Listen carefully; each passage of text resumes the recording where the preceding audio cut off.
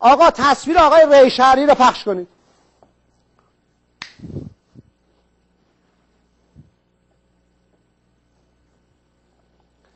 اگر غیر علمی من حرف زدم بزنین تو دهنم، معادلات لاگرانژ رو بکنین تو حلقم،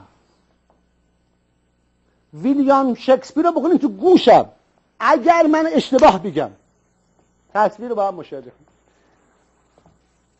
آقا مهر، جای مهر رو ببینید کجاست. اینجاست. آقا این سجده. آقا خواهشاً تصویر ما رو بده. آقا تصویر من. آقا این سجده.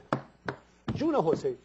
من اینجا این جای سجده است. مگر ایشون اینجوری نماز خونده باشه.